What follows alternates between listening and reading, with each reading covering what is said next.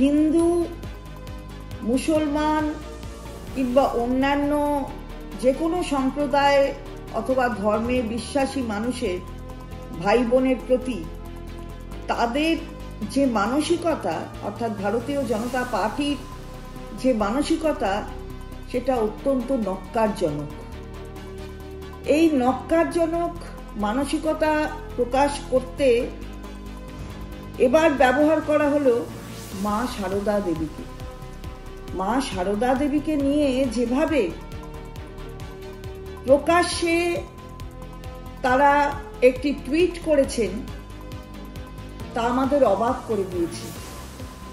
মা সারদাকে নিয়ে সঙ্গে আমাদের নেতৃত্বের কিছু নাম নিয়ে যে ন্যক্কারজনক ঘটনা ঘটাচ্ছেন, এটা আর কতদিন চলবে?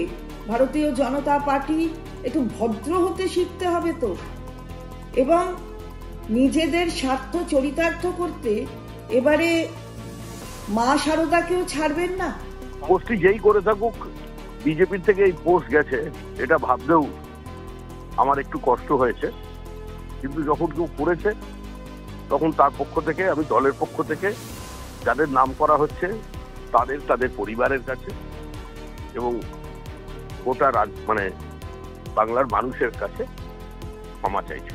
সারদা মায়ের এখানে প্রসঙ্গটা নেই, কোনোভাবে অনেক সময় ব্যবহার করা হয়, কিন্তু যেটা হয়েছে সেটা হয়েছে যাদের নাম করা হয়েছে প্রত্যক্ষ বা পরোক্ষভাবে যদি কোনো পরিবারেতে আঘাত পেয়ে থাকে তাহলে তার জন্য আমরা তাদের মধ্যে ব্যথিত এবং এর জন্য আমরা নিঃশর্ত ক্ষমা চাই।